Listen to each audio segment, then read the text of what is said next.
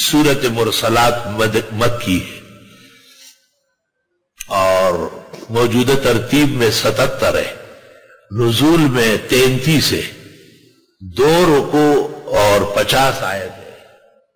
آخر ما صلی رسول اللہ صلی اللہ علیہ وسلم، ام سلمہ کہتی ہے کہ پیغمبر سے آخری نماز جو میں نے پیچھے پڑھی ہے وہ مغرب کی نماز تھی، اور آپ نے سورت مرسلات پہ تلاوت فرمائی۔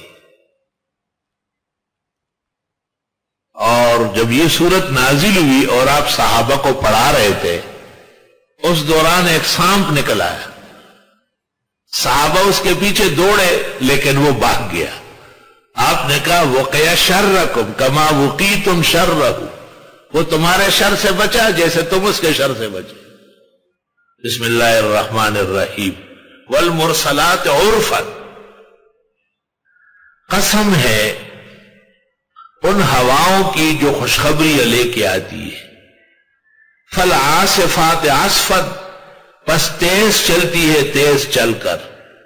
والناشرات نشرا، اور بکھیر دیتی ہے بکھیر کر۔ فالفارقات فرقا، پس تقسیم کر دیتی ہے کئی تقسیموں میں، گرم ہوا، ٹھنڈی ہوا، ویسٹ اوپن، ایسٹ اوپن، سمندری ہوائیں آج کل چل رہی ہے۔